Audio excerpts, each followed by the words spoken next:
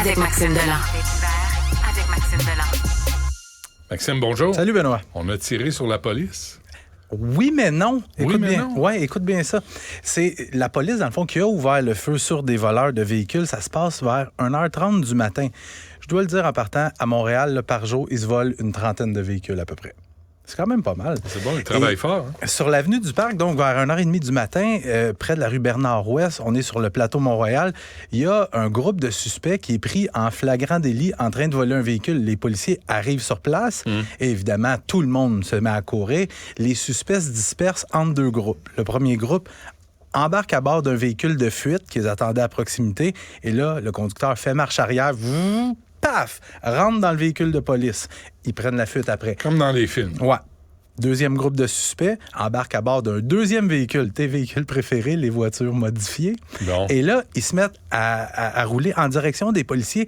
Et là, les policiers tirent plusieurs coups de feu en direction des suspects.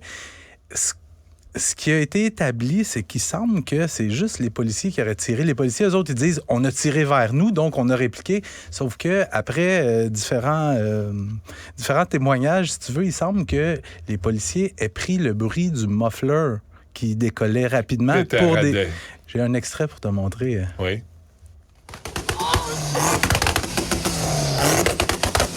On peut penser, hein? Pourquoi ça existe, ça? Mais d'ailleurs... les dents de sang. Les crises de poubelle. Ça va chier tout le monde. D'ailleurs, à Il n'y Montréal... a pas un ministre des Transports qui dit on va interdire les silencieux modifiés. Pas un. À Montréal, je parlais à des policiers tantôt qui me disaient on a des appels des gens qui pensent avoir entendu des coups de feu, alors qu'en réalité, c'est justement des aisettes modifiées comme ça qui pétaradent. Fait que les policiers... Là, ils foncent vers les policiers. Oui, mais ils n'ont pas heurté les policiers, sauf que quand les patrouilleurs entendent ces sons-là, ils pensent qu'on tire vers eux. Je comprends. Puis je veux dire, ça serait pas la première fois que ça arriverait.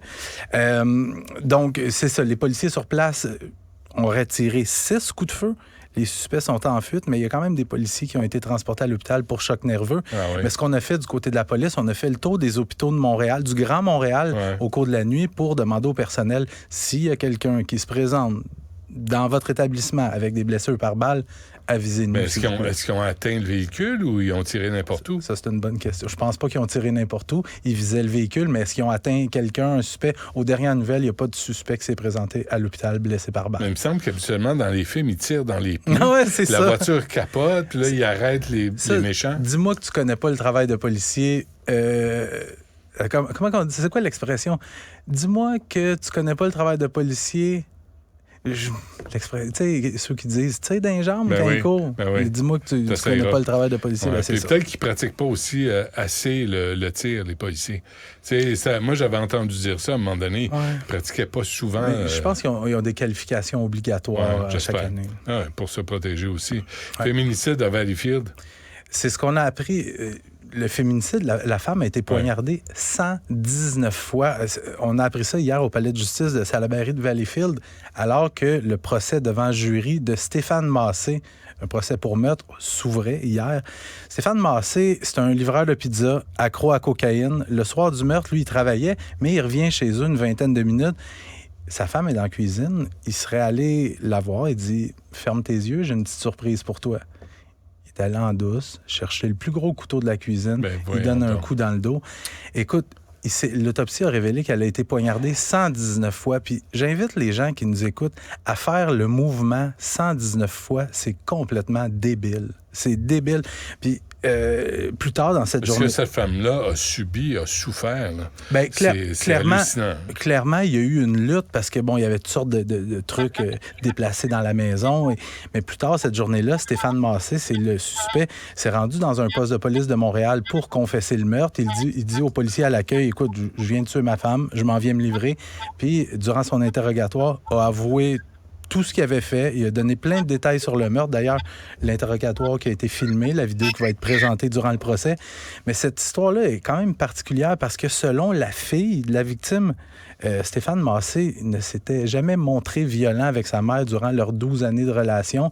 Sauf que dans les jours avant le meurtre, il semble que la femme aurait demandé à son conjoint de choisir entre la cocaïne et elle. Le gars, je pense qu'il a fait son choix, mais c'est J'espère horrible. qu'il va rester en histoire. dedans. J'ai pas un bout de temps. Et happé par un kart de golf. C'est drôle, mais c'est pas drôle. C'est une histoire qui est rapportée par mon collègue du Journal de Québec, Vincent Desbiens. Ça se passe jeudi passé au Club de golf Royal de Québec. À cet endroit-là, c'est la 55e édition de la classique de golf de l'Association de la construction du Québec. Tout le monde a fini de jouer. On est rassemblés à l'extérieur. Il y a à peu près 300 personnes. C'est là qu'on remet des prix, on annonce les équipes gagnantes. Là, à ce moment-là, il y a un restaurateur qui est en train de préparer le cocktail de bienvenue. Il perd le contrôle de son kart. Il fonce dans le tas. 12 personnes qui ont été blessées. 2, quand même, plus gravement, là, qui ont été transportés d'urgence à l'hôpital. Bermuda, polyester. T'arrives à l'urgence habillé de même, c'est gênant. c'est ça, je ris, mais c'est pas drôle. Non, c'est pas drôle. J'aime bien le golf, puis j'imagine, en tout cas, c'est pas nécessairement facile de faire le contrôle d'un kart de golf, mais... Les victimes en pastel. Non, il n'y a personne de mort. Là. Non. Juste, il y en a qui ont été un petit peu plus gravement blessés, mais somme toute, ils vont s'en sortir. Mais la Sûreté du Québec a quand même été appelée sur place pour déterminer est-ce que le restaurateur était sous l'influence de l'alcool ou est-ce qu'il s'agissait d'un geste volontaire. Je peux pas croire, mais finalement, il s'agirait vraisemblablement d'un accident. Très bien. Maxime Delam, merci. Salut. Du Trizac.